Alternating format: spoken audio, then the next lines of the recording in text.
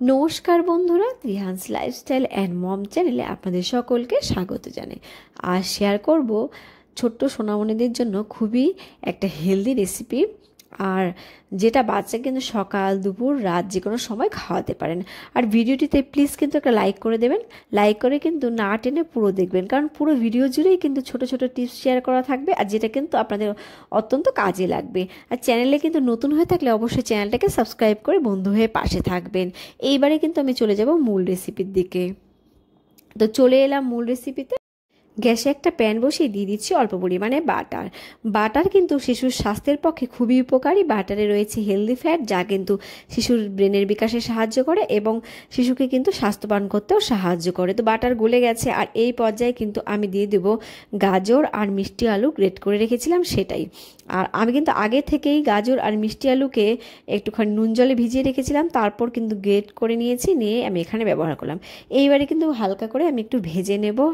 আর বাচ্চার বয়স যদি 8 মাসের কম হয়, আপনারা কিন্তু এখানে বাটারটা ব্যবহার করবেন না, শুধুমাত্র জলের মধ্যেই গাজর আর মিষ্টি আলুগুলোকে সেদ্ধ করে নিতে পারেন।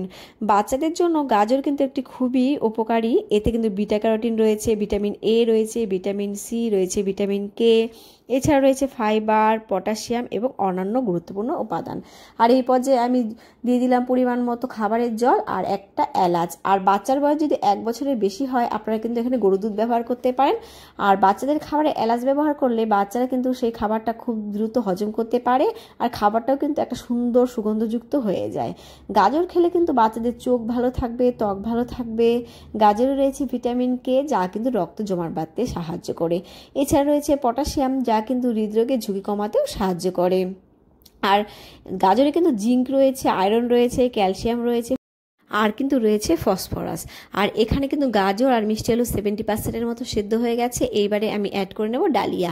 আমি 1 ঘন্টা আগে ডালিয়াগুলোকে কিন্তু জলে ভিজিয়ে রেখেছিলাম, এতে করে ডালিয়াগুলো কিন্তু অনেকটাই সফট হয়ে গেছে। এইবারে আমি ডালিয়াগুলো দিয়ে ভালো করে কিন্তু রান্না করে নেব।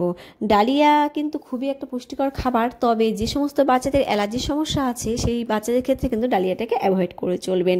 এটি কিন্তু শিশুর ক্রমবর্ধমান ক্ষুধা উপশম করতে সাহায্য করে, আর ভাত রুটির থেকেও কিন্তু ডালিয়ার স্বাস্থ্যকর উপকারিতা কিন্তু বেশি। ডালিয়াতে রয়েছে প্রচুর পরিমাণে ভিটামিন, খনিজ, ফাইবার, যা কিন্তু শিশুর শারীরিক ও মানসিক বিকাশে সাহায্য করে। এছাড়া কিন্তু প্রচুর পরিমাণে ফাইবার থাকে, তাই কিন্তু বাচ্চাদের হজম শক্তি উন্নত করে। এছাড়া কিন্তু রোগ প্রতিরোধ ক্ষমতা উন্নত করে, কোষ্ঠকাঠিন্যও কিন্তু দূর করতে সাহায্য করে। ডালিয়া খেলে কিন্তু বাচ্চাদের অন্ত্রের স্বাস্থ্যও কিন্তু ভালো থাকবে। রক্তের শর্করা মাত্রা নিয়ন্ত্রণ করতেও কিন্তু ডালিয়া সাহায্য করে। বাচ্চাদের যদি কোষ্ঠকাঠিন্যের সমস্যা থাকে, তাহলে কিন্তু আপনারা এখানে গাজরের পরিবর্তে মিষ্টি কুমড়ো ব্যবহার করতে পারেন। আর এই পর্যায়ে দেখুন ডালিয়াটা অনেকটাই সেদ্ধ হয়ে গেছে। আমি এখানে দিয়ে দিচ্ছি গরুর দুধ। আর যে সমস্ত বাচ্চারা গরুর দুধ খায় না আর কি, 1 বছরের আগে বাচ্চাদের ক্ষেত্রে কিন্তু গরুর দুধটা অ্যাভয়েড করে চলবেন।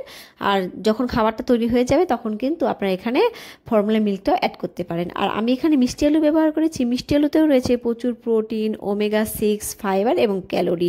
মিষ্টি আলু বাচ্চাদের নিয়মিত দিলে দ্রুত ওজন বাড়বে, অ্যানিমিয়া দূর হবে। প্রচুর পরিমাণে কিন্তু ক্যালোরি মিষ্টি আলুতে থাকে, যা কিন্তু বাচ্চাদের সারা দিনের শক্তির চাহিদা পূরণ করবে। খাবারটির পুষ্টিগুণ বৃদ্ধি করার জন্য কিন্তু আমি এখানে 2টো কাজু বাদামকে গ্রেট করে নিয়ে তারপর কিন্তু ব্যবহার করেছি, আপনারা কিন্তু দেখতেই পাবেন ভিডিওতে। তো দিয়ে কিন্তু আমি খানিকক্ষণ রান্না করে নেব। বাদামও কিন্তু খুবই পুষ্টিকর। আর এই পর্যায়ে কিন্তু মিষ্টি করার জন্য আমি দিয়ে দিচ্ছি খেজুর পিউরি। 2টো খেজুরকে আমি কিন্তু 1 ঘন্টা গরম জলে ভিজিয়ে রেখেছিলাম, এরপর কিন্তু হাত দিয়ে ভালো করে ম্যাশ করে নিয়েছি, আর সেই পিউরিটাই কিন্তু এখানে ব্যবহার করলাম। এক্সট্রা করে কিন্তু গুড় বা মিছরি অ্যাড না করলেও কিন্তু খাবারটা একটা ন্যাচারাল মিষ্টি আসবে, কারণ এখানে গাজর, মিষ্টি আলু এগুলো কিন্তু সবই মিষ্টি, তাই কিন্তু আমি কোনো রকম মিষ্টি এখানে ব্যবহার করলাম না। এবারে কিন্তু খানিকক্ষণ আমি রান্না করে নেব। আর বাদামে কিন্তু রয়েছে প্রোটিন, ফ্যাট, ভিটামিন ও খনিজ, যা কিন্তু শিশুর বৃদ্ধি বিকাশে সাহায্য করে। বাদামে থাকা হেলদি ফ্যাট স্নায়ুতন্ত্র ও মস্তিষ্কের বিকাশেও কিন্তু সহায়তা করে। কাজু বাদাম কিন্তু বাচ্চার হজম ক্ষমতা বাড়াতেও সাহায্য করে। তো খাবারটা আমার রেডি হয়ে গেল, আর এলাচটা কিন্তু আমি তুলে ফেলে দিলাম। আর এবারে কিন্তু খাবারটা আমি ঢেলে নিচ্ছি, আর দেখতেই পাচ্ছেন আমি কেমন ঘনত্বে রেখেছি। আর এই পর্যায়ে কিন্তু যে সমস্ত বাচ্চারা ফর্মুলা দুধ খায়, আপনারা কিন্তু ফর্মুলা দুধটা অ্যাড করতে পারেন। এই তো তৈরি হয়ে গেল বাচ্চাদের পুষ্টিকর রেসিপি। আর খেজুর খেলেও কিন্তু বাচ্চাদের হাড় ও দাঁত মজবুত হবে, রক্ত স্বল্পতা দূর হবে, মস্তিষ্কের বিকাশও কিন্তু ঘটবে। আর এই পর্যন্ত কিন্তু আমার সঙ্গে থাকার জন্য আপনাদের অসংখ্য ধন্যবাদ। আজকে এই পর্যন্ত, দেখা হবে নেক্সট ভিডিওতে বাচ্চাদের জন্য আরও মজাদার রেসিপি নিয়ে। ভালো থাকবেন আর বাচ্চাদের কিন্তু ভালো রাখবেন। Bye bye.